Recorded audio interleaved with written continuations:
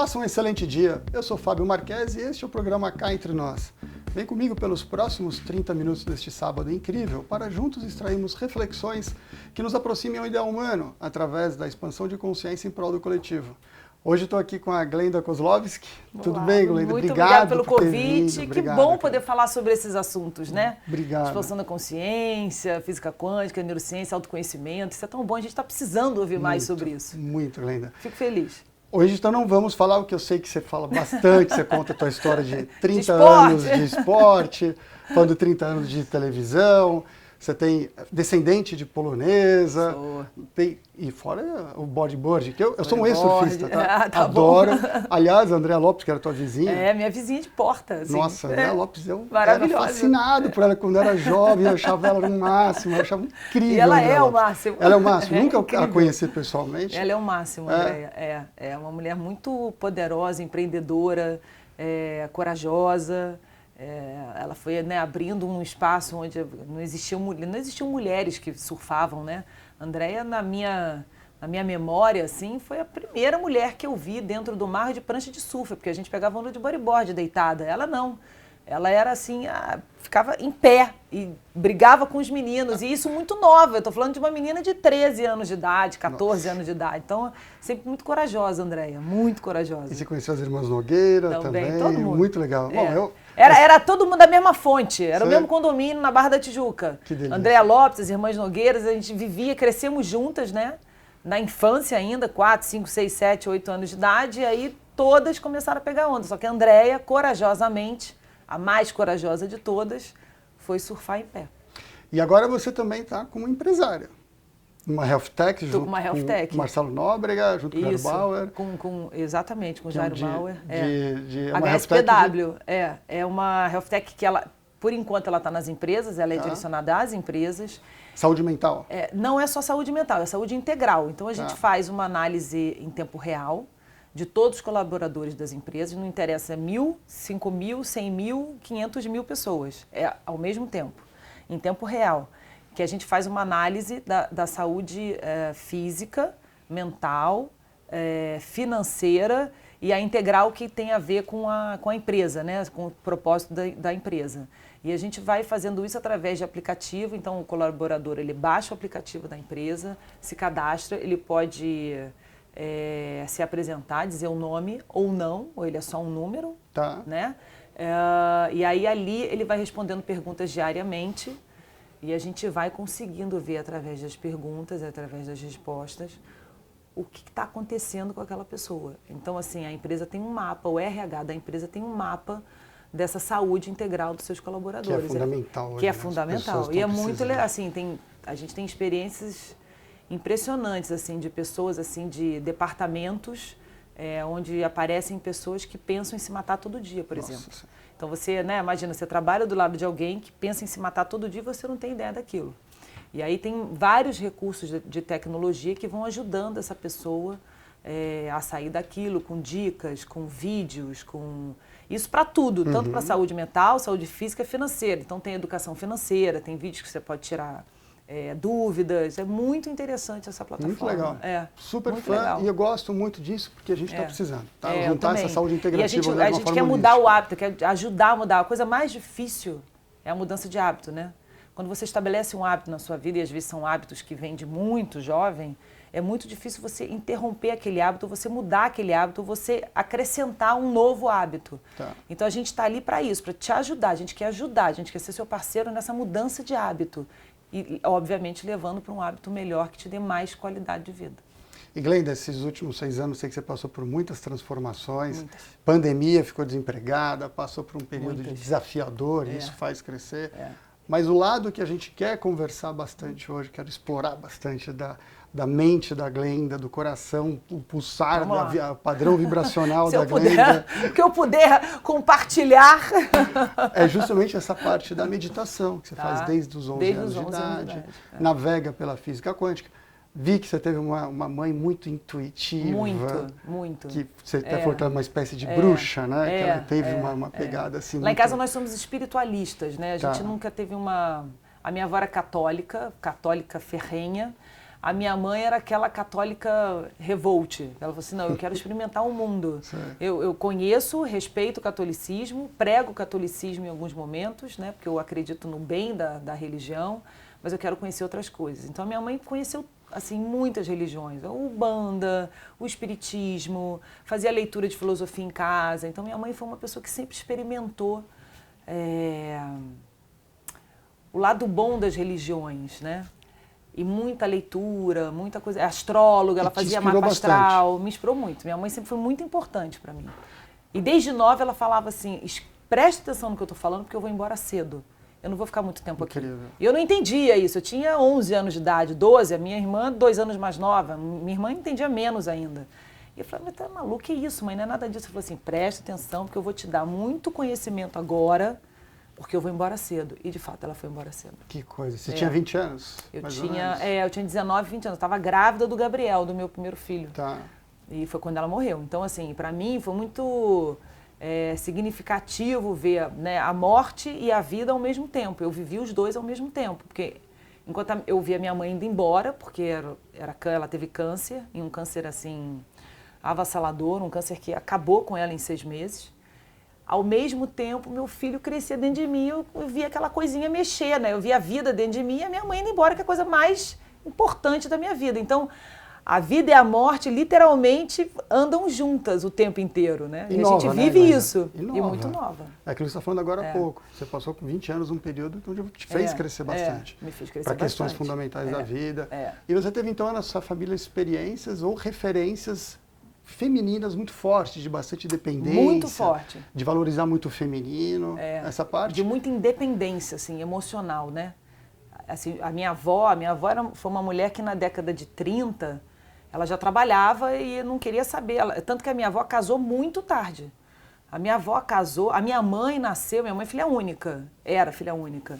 Minha mãe nasceu, a minha avó ficou grávida aos 43, 44 anos. A minha avó casou com 30. Não era normal isso na década de 30, imagina. 40, né? E assim foi minha avó. Casou tarde, independente. O apartamento dela, quem comprou foi ela. Ela não queria saber de nada de homem. Tudo era ela que fazia. Meu avô não se metia em nada. Meu avô tinha lá a vida dele, a minha avó a vida dela. Financeiramente, emocionalmente falando. E a minha avó sempre ensinou isso pra gente, tanto pra minha mãe quanto pra mim. Que incrível, que referência essa questão da independência emocional, a vovó sempre falou muito sobre isso. E aí, o lado feminino te traz muito essa sensibilidade para a cooperação, para a colaboração, e ao mesmo tempo você teve uma experiência muito grande na competição, que você foi uma atleta profissional no bodyboard. Essa dicotomia, é quase que uma fusão desses dois dentro da mesma pessoa, fez com que você extraísse disso algo para te refletir, para fazer algo diferente e entender que os dois são necessários, porque o tema de hoje que a gente quer falar muito é sobre isso, tá? Sobre competição, colaboração entendendo no sentido de cooperar, tá? Esse lado para a sociedade, principalmente agora depois da pandemia, as pessoas estão mais querendo fazer com que ganhe sobre alguém ou ganhar junto com alguém. Você acha que as pessoas estão preparadas depois da pandemia? Você acha que houve uma mudança de padrão mental ou de sensibilidade para começar a pensar mais no coletivo de uma forma integrativa? Qual que é a tua percepção? Você sabe que quando começou a pandemia, eu era daquelas que falava assim, não, vem um novo mundo, as pessoas vão mudar. Tá. Mas para o fim da pandemia, eu comecei a ver que não vai mudar. Ou eu acho que poucas pessoas vão mudar, olhando para o mundo. Eu acho que a colaboração, existe um movimento muito grande de colaboração. Só que às vezes eu pergunto se individualmente as pessoas estão sendo colaborativas mesmo, até que ponto elas estão sendo colaborativas mesmo. Eu ainda estou analisando, estou vendo. É uma percepção minha.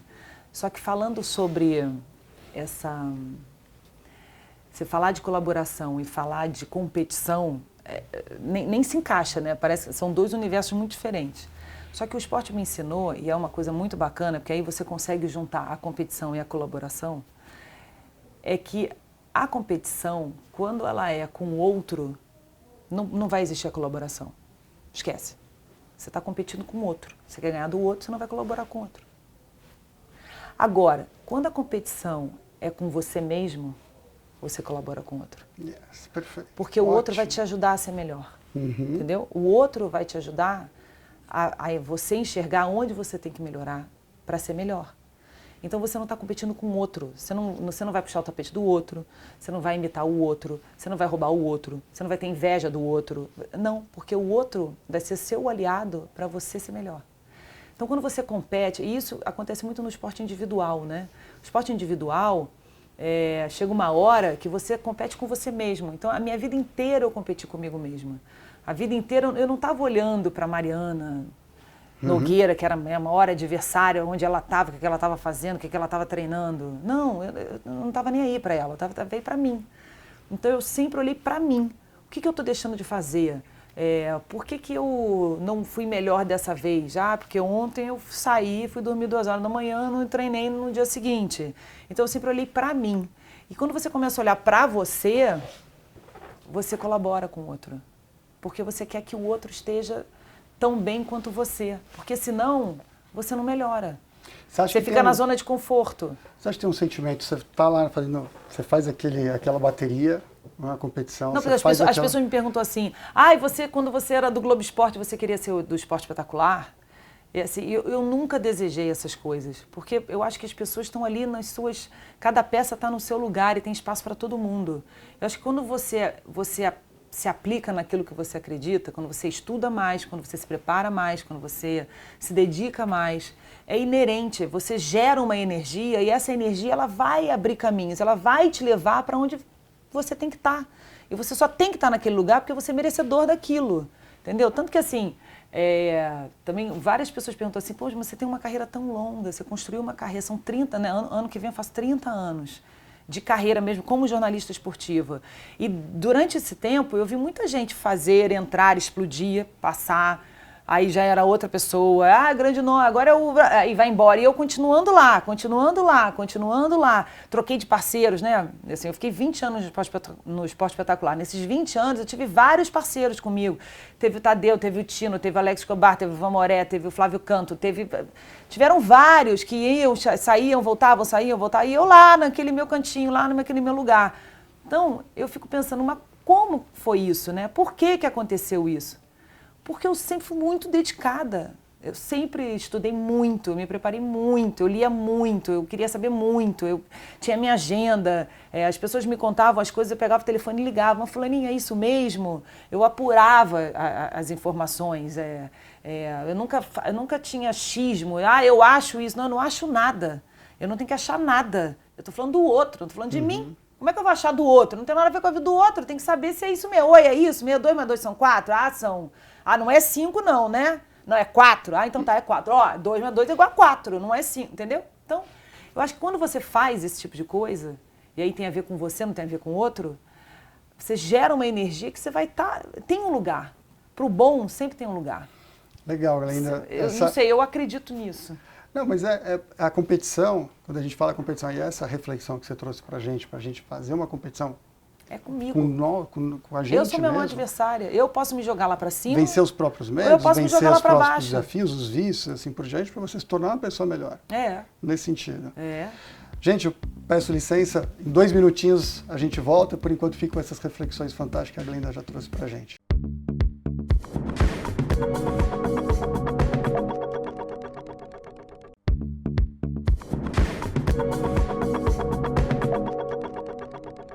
Estamos de volta com o programa Cá Entre Nós, eu sou o Fábio Marques, hoje eu estou com a Glenda Kozlovski, que a gente está falando sobre a questão da competição, cooperação, colaboração. No bloco anterior a gente finalizou falando a questão da competição, de você ser competitivo consigo mesmo, que é muito importante para você, quase que você eliminar, ou no sentido de competição, no sentido de busca, você eliminar os seus vícios, lutar contra isso para você ser um ser humano melhor, aí sim você pode ser uma pessoa que consegue contribuir para o coletivo. Algo nesse sentido, e até porque, quando a gente fala no comportamento competitivo, no âmbito da sociedade, no âmbito do mercado, capital, toda essa história toda, você tem porque o competitivo, normalmente, ele se torna o que chega no pódio. Quem chega no pódio, normalmente, ele está no ápice da pirâmide. No ápice da pirâmide, ele é solitário. O competitivo o tempo todo, e não só para pensar no competitivo para você fazer bem ao coletivo, ele fica solitário. E a solidão, até uma brincadeira aqui, o nome Cá Entre Nós, o programa, tem todo um sentido aqui, que é ou cá entre nós. Ou você está cá entre nós pensando de forma coletiva, você está entre nós, ou você, se estiver muito solitário, ou seja, no sentido de ser egoísta, de o tempo todo puxar tudo para si, buscar só e almejando o seu sucesso e não pensar nos demais, você fica cá entre nós, de sentido de emaranhado, de tudo enroscado. Então, um pouco nessa linha. Você acha que a pessoa que o tempo todo, e a sociedade hoje ainda está muito competitiva nesse sentido de pensar só no seu próprio umbigo, mesmo com a pandemia, está querendo pensar numa sobrevivência, não está pensando no que o outro está precisando? Você acha que a gente ainda está precisando criar esse amálgama, essa liga, essa provocação para a gente atuar em rede de uma forma mais colaborativa, ou seja, puxar mais o feminino que você tem muito forte, muito latente na sua percepção, na sua intuição, até pela sua herança, sua genética toda de família, puxar um pouco mais, estimular as pessoas a entender, não é o gênero feminino, é a frequência vibratória feminina, de colaboração, de cooperação, aqui mesmo, a gente está... De empatia, de Você é apresentadora da Band Nacional aqui hoje, nós somos Band Vale, o programa Cá Entre Nós, estamos aqui na Vibra. Então, aqui toda uma colaboração feita para a gente poder entregar este programa. Todo mundo se dispôs, está aqui o pessoal da Vibra, está o pessoal do Lani Village, aqui da Anima. Todo um ecossistema para entregar. Precisa ter isso um pouco mais enraizado nas pessoas para a gente poder falar o que você precisa para nós juntos fazermos uma transformação e inspirar outras pessoas a replicar isso. Acho que existe isso como uma provocação, existe essa centelha divina dentro de cada um que as pessoas buscam essa melhoria. Por isso que minha fala inicial do programa é nos aproximar ao ideal humano. Essa busca existe, você sente que as pessoas estão não prontas, porque a gente nunca está pronto, mas a gente tem essa vontade, essa busca dentro da gente, a gente consegue estimular os outros a chegar nesse ponto? Não, eu acho que esse movimento da colaboração está cada vez maior, cada vez mais forte, né? Até porque não tem outro caminho a não ser o da colaboração. Só que para você chegar, até você entender que quando você está colaborando, você não está perdendo, o que eu sinto às vezes assim, que as pessoas pensam assim, não, eu vou ajudar, vou colaborar, significa que eu estou perdendo. Entendeu? Eu estou perdendo força, eu estou dividindo espaço, eu tô perdendo alguma coisa quando eu estou colaborando. Só que quando você começa a enxergar isso de outra forma, e que quando existe um ecossistema, esse ecossistema ele é muito mais forte, quando todo mundo ajuda todo mundo, porque ninguém é 100% sábio de tudo, de todo conhecimento, de tudo, não sabe. Então quando você entende que essa máquina, para ela funcionar, se todo mundo começa a dar a mão e começa a fazer um pouquinho, e isso a televisão ajuda a gente muito a aprender, porque, por exemplo, quando você vai fazer reportagem, né, a reportagem que você vê no ar 2 minutos, ela surgiu numa reunião de pauta, onde todo mundo ficou falando, e aí você vai para a rua, aí tem o câmera que faz a imagem, aí tem o produtor que marcou antes a entrevista, aí tem o produtor que te ajuda ali na reportagem, aí você chega, você olha a imagem, você vê o que você quer separar, e você escreve, você dá para o editor de texto olha aquilo ali, aí vai para a edição de imagem, é uma outra cabeça, é um outro olhar sobre aquilo ali que surgiu lá na reunião. Então, todo esse processo, essa cadeia, esse ecossistema, ele ajuda aqueles 2 minutos que vão ao ar da reportagem ficarem cada vez melhor. Mas quantas mãos passaram por ali? Quantas cabeças pensantes? Quantos olhares sobre o mesmo assunto para fazer aquilo ficar melhor? Então, se você pega isso e transforma para a vida, né, para o dia a dia da gente, para o trabalho e tudo, você vê que fica muito melhor. Fica muito melhor para todo mundo. Vai sobrar mais tempo para você se dedicar para a sua família, porque tá passando na mão de um monte de gente. Você acaba aprendendo mais porque você olha o olhar do outro, que às vezes você não tem aquele olhar te acrescenta. Né? O lado que o outro viu, de repente, ele notou uma coisa a mais que você não notou. E aí isso tudo faz você crescer como pessoa, você crescer como profissional. Né? Então, quando as pessoas começarem a olhar, entender que a colaboração, na verdade, você está ganhando e não perdendo, eu acho que aí muda todo um sistema. Aí as pessoas talvez despertem um pouco mais nesse sentido de percepção de conexão com o todo. E isso tudo vai por essa questão da rivalidade, né? Da competição mesmo em si. A competição ela vai existir sempre. Né? Existe muito mais gente no mundo do que emprego. Existe muito mais gente no mundo do que alimento. Isso a gente vai começar a notar cada vez mais, né? Mais para frente. Então, a competição, ela existe e vai existir. A competição, ela pode ser benéfica, ela pode ser para o bem, ela pode ser para o bem. Por exemplo, você pega 2 cientistas, um de cada laboratório. Se eles estão competindo entre si para descobrir uma vacina, ou XPTO, uma cura de alguma coisa, isso vai bom para... Essa competição, de uma certa forma, está alimentando 2 geniais por uma coisa que é para o bem comum. Então, a competição, ela não é negativa. Agora, o comportamento que você tem, o olhar que você tem sobre a competição e o resultado que aquilo vai gerar é que pode ser negativo ou positivo. E aí a gente fala do indivíduo, a gente fala do humano, né? Eu acho que o maior desafio do humano vai ser viver com a máquina.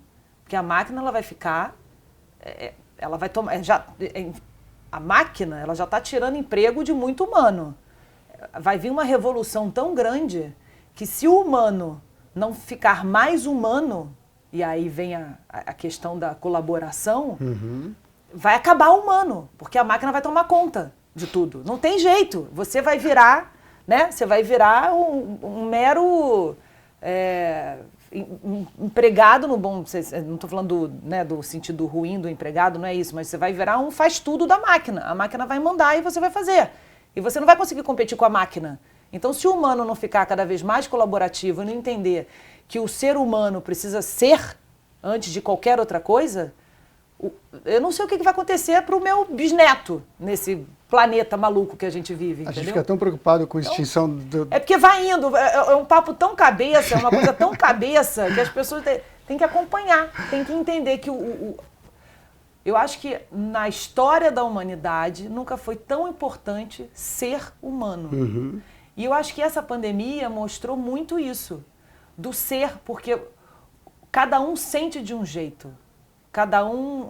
A história de cada um é muito individual. Só que se eu não olhar para o outro, eu não vou conseguir viver nesse ecossistema. Porque eu preciso que esse ecossistema seja forte. E para ele ser forte, cada um de nós precisamos ser. E ser unidos, entendeu? Então, o ser não significa só eu ser. É o ser junto com o seu ser. A gente está o tempo todo preocupado com a extinção dos animais, os animais que estão em extinção, preocupação com a Amazônia. E a gente, como ser humano, está percebendo que o próprio ser humano está em extinção nessa então, mas reflexão. É o ser. É o ser. É assim, essa coisa... Às vezes eu vejo assim, um comportamento muito animal demais.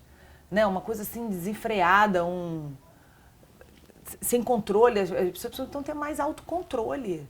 A gente inclina muito para o reino anterior, para o reino animal, e não fica no reino animal. Às vezes eu fico vendo essa, né, sei lá, cada um defendendo uma verdade. O que é verdade? Sua verdade não é minha verdade, a minha verdade não é sua verdade, que não é verdade dele, não é verdade dele. E aí, o que eu faço com isso tudo?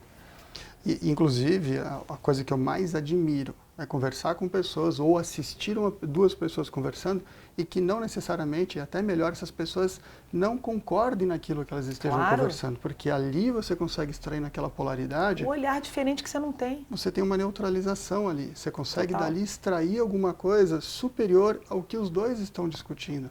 Isso traz para a gente uma reflexão maior do que está sendo discutido. Aquilo que você falou também a respeito da competição, das pessoas necessariamente tirar um proveito da competição para melhoria. Você faz no primeiro bloco, você faz uma manobra perfeita, faz aquele base lip bonito, aquela manobra limpa, aí de repente você vê lá a Nogueira, faz depois na sua mesma bateria, faz igual, fala assim, nossa, agora eu preciso na próxima onda fazer melhor ainda. Exatamente. Esse é um tipo de trabalho na competição, no espírito competitivo, para você se aprimorar como um ser, porque na medida que você faz algo que é belo, na medida que você está buscando alguns atributos, algumas virtudes divinas da beleza, por exemplo, da arte de você fazer alguma coisa que você faz com maestria, isso daí é um atributo, é uma busca do ideal humano. A competição ajuda nisso. Isso que você falou foi incrível. A competição ela é importante, a competição faz você melhorar. Senão você não sai da zona de conforto, está sempre ali. Como é que eu vou melhorar se eu... não é comparação, porque eu não gosto de comparar, mas você olhar para o lado e ver que alguém é melhor que você em alguma coisa, ou estar melhor que você em alguma coisa, ou estar mais aprimorado que você em alguma coisa, faz você despertar. E não é só negativo isso é positivo. Mas o problema é o olhar das pessoas com relação a isso, né? E aí é aquela coisa, é o indivíduo. É o indivíduo, não tem muito jeito. Cada um olha para assim, por exemplo, uma frustração. A frustração, ela gera um sentimento na gente. Como você vai encarar esse sentimento da frustração é que vai mudar tudo. Muda tudo. Inclusive no gerar ansiedade, né? Muda tudo. Então, assim, eu costumo dizer assim, a frustração, o esporte, é muito bacana a frustração no esporte, porque, assim, o atleta, ele se frustra todo santo dia. Todo dia. Ele não consegue fazer isso, não consegue fazer aquilo, não consegue dar aquele salto, aí sente dor, aí tem que parar. Todo dia é uma frustração. O atleta perde muito mais do que ganha. Ele tem muito mais momentos negativos do que positivos. É porque o momento da vitória é um êxtase tão grande, é uma endorfina tão grande, que aquilo ali faz ele passar por todo aquele processo de perder, se machucar, doer, treinar de novo, não conseguir de novo, para viver aquele momento ali. Que incrível. Aquele segundo. Então a gente lida com a frustração de uma forma completamente diferente. A frustração nada mais é do que um indicativo de que eu preciso melhorar e que a vida é assim mesmo e que amanhã é um novo dia e amanhã começa tudo de novo. Só que quem olha a frustração de outro jeito termina num quarto escuro, em depressão. Porque vai gerando o quê? Assim, eu olho, por exemplo, para a ansiedade, quando eu estou muito ansiosa por alguma coisa, eu falo assim, eu transformo a minha ansiedade em entusiasmo. É a mesma coisa. O sentimento é o mesmo. A parte do cérebro que acende, a luzinha que acende para a ansiedade e para o entusiasmo é o mesmo. Só que como eu trato esse sentimento é que faz total diferença na minha cadeia toda do corpo. Então, ele gera um hormônio diferente. A ansiedade gera um hormônio diferente do entusiasmo. Completamente diferente. Aí esse hormônio vai comandar todo o resto. Só que eu vou para a esquerda, eu vou para a direita. Então, isso é muito legal. Quando você descobre isso, a percepção muda. Perfeito, Glenda. Passou rápido, muito rápido. Agradeço a tua presença, gente. Muito obrigado pelas reflexões. Era isso que a gente deveria conduzir nesse programa e foi incrível, tá? Bom, muito feliz. Obrigado. Obrigada, prazer, muito sucesso e que bom ter programa assim. A gente está precisando disso. Ótimo. Parabéns. Quero a tua ajuda sempre para poder melhorar também o tem próprio muita programa, gente legal tá? para você trazer aqui, hein? Gente, muito obrigado. Eu encerro aqui hoje esse programa. Quero que vocês em casa fiquem com essas reflexões, pensando nessa questão que competição ela também é importante para você se aprimorar, colaboração é importante para a gente ajudar o coletivo. Então, fique com essas reflexões, espalhem isso para o coletivo, criem uma corrente do bem e que no próximo programa a gente consiga fazer mais um degrau nessa escada evolutiva que a gente busca. Muito obrigado, João, muito obrigado, Cris, muito obrigado, Jefferson, toda a equipe aqui da Band, obrigado, Glenda, novamente. Imagina, até o próximo programa aqui na Band, no sábado que vem, do Cá Entre Nós.